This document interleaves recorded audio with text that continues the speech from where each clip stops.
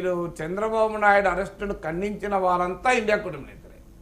మీరు ఒక్కరంటే ఒక్క ఎన్డీఏ నేత ఖండించలేదు. మోడీ అమిత్ షా ఖండించలేదు. ఎన్డీఏ కూటమి నేతలు ఒక్కరూ ఖండించలేదు. మరి ఈ వాస్తవం ఆంధ్రప్రదేశ్ ప్రజల ముందు లేదా? రియాలిటీ కదా. మరి ఎందుకు ఖండించలేదు? చంద్రబాబు నాయుడు అక్రమ అరెస్ట్ను అని అంటూ అఖిలేష్ యాదవ్, మమతా బెనర్జీ, స్టాలిన్, కాంగ్రెస్ అందరూ ఖండిస్తున్నప్పుడు ఒక్కరంటే ఒక్క ఎన్డీఏ నేత ఎందుకు ఖండించలేదు? సో అంటే అప్పటికి ఇంక ఎన్డీఏలో చేరలేదు అని ఒక పాయింట్ అనొచ్చు. చేరడము చేరకపోవడంతో సంబంధం లేదు కదా. అరెస్టు పట్ల నీ వైఖరి ఏంటి అనేది క్రైటీరియా కదా. అరెస్టు పట్ల నీ వైఖరి అయితే చెప్పాలి కదా. సో అందువల్ల వైఎస్ఆర్ కాంగ్రెస్ పార్టీ కాకుండా ఆంధ్రప్రదేశ్లో అన్ని ప్రతిపక్షాలు ఖండించాయి. వామపక్ష పార్టీలు ఖండించాయి, కాంగ్రెస్ ఖండించింది. సో ఆ అరెస్టు సరైంది కాదు అని. సో ఆయనకు బెయిల్ రావాలని అందరం వాదించాం కదా. నేను నా వీడియోలో అనేకసార్లు చెప్పాను, చంద్రబాబు నాయుడు బెయిల్ రావాల్సిందే అని. మరి బీజేపీ ఆ మాట అన్నదా? సో మరి అలాంటి సమయంలో మీకు ఇవాళ చంద్రబాబు నాయుడుకు ఒక అవకాశం వచ్చింది.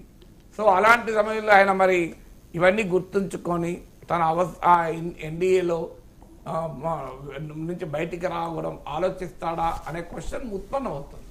బట్ నా అంచనా రాకపోవచ్చని. ఎందుకంటే ఇప్పుడు వెంటనే నిన్న మోడీ మాట్లాడాడు.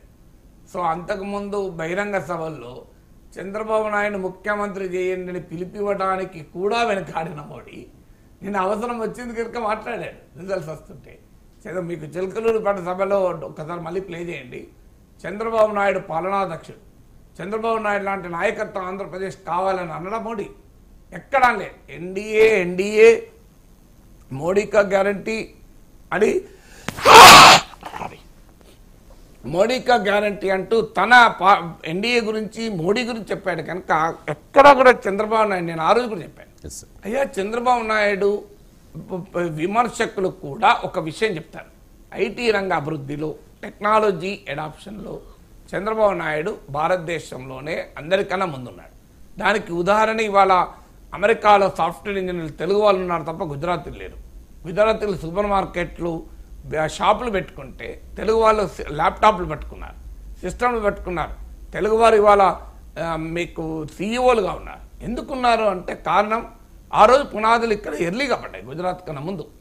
మరి గుజరాత్ అంత డెవలప్డ్ స్టేట్ కదా, మీకు పెట్టుబడులను ఆకర్షించే స్టేట్ కదా. ఎందుకు మరి గుజరాత్ లేరు దేశంలో, మీకు అమెరికాలో. సో అందువల్ల ఆ ఒక్క విషయమైనా చెప్పాలి కదా మోడీ.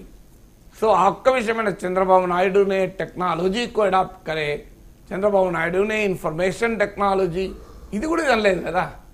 సో ఇవన్నీ మనం మర్చిపోలేదు, ఎవరు మర్చిపోలేదు కదా. సో నా అంచనా తెలుగుదేశం శ్రేణులు కూడా మర్చిపోవు, టీడీపీ శ్రేణులు మర్చిపోతారా? ఎందుకంటే వాళ్ళు కూడా ఫీల్ అయి ఉంటారు కదా. నాలాంటి వాళ్ళకే అనిపిస్తే తెలుగుదేశం శ్రేణులకు చంద్రబాబు నాయుడు అభిమానులకు అనిపించరా? సో ఢిల్లీలో పడిగాపులు అమిత్ షా అపాయింట్మెంట్ కొరకు, జేపీ నడ్డా అపాయింట్ కొరకు చంద్రబాబు నాయుడు లాంటి సీనియర్ నాయకుడు వెయిట్ చేయించినటువంటి తీరు మర్చిపోతారా జనం? చంద్రబాబు నాయుడు అరెస్ట్ అయితే ఎన్డీఏ నేతలు ఖండించిన విషయాన్ని మర్చిపోతారా? బట్ ఇవన్నీ కూడా పర్సనల్ అంశాలు అని కొట్టిపారేలేం కదా. ఇది ఆల్ పొలిటికల్ అంశాలు కదా. సో అందువల్ల ఇండియా కూటమి అవుట్ రీచ్ చేయడంలో ఆశ్చర్యమేమీ లేదు. ఆ బీజేపీ ఇలా చాలామందికి అవుట్ రీచ్ జ్యోతిరాదిత్య సింధియా నుంచి మొదలుకుంటే చాలామందికి కుమారస్వామి వరకు అవుట్ రీచ్ చేసింది కదా. సో బట్ ఇక్కడ బహుశా చంద్రబాబు నాయుడు ఆ రకమైన డిసిషన్ తీసుకోకపోవచ్చు. ఎన్డీఏలోనే కీలక పాత్ర, నాకున్న సమాచారం ప్రకారం ఎన్డీఏలో కన్వీనర్ పదవికి సమయం కావాలి అని చంద్రబాబు నాయుడు అన్నట్టు వార్తలు వస్తున్నాయి. అంటే బట్ డెఫినెట్గా చంద్రబాబు నాయుడు ఎన్డీఏలో కీలక పాత్ర పోషించాల్సిందే.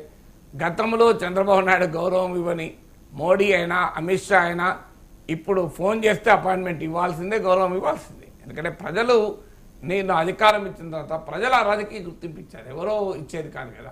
అల్టిమేట్గా ప్రజలు ఇచ్చినప్పుడు నాయకులు కూడా గౌరవించాల్సిందే కదా. Right sir. విభజన వల్ల తీవ్రంగా నష్టపోయిన ఆంధ్రప్రదేశ్కి ఈ 10 ఏళ్లలో ఏమీ చేయలేదు అనేది భారతీయ జనతా పార్టీ మీద ఉన్న పెద్ద విమర్శ. ఆ విమర్శలో వాస్తవం కూడా ఉంది. విశాఖ స్టీల్ ప్లాంట్ ప్రైవేటీకరించారు, ఏమీ చేయకపోవడం కాదు. అదే సార్, చేయలేదు in the sense Visakha steel plant ప్రైవేటీకరించారు, అదే సార్ న్యాయం చేయలేదు అని చెప్పి.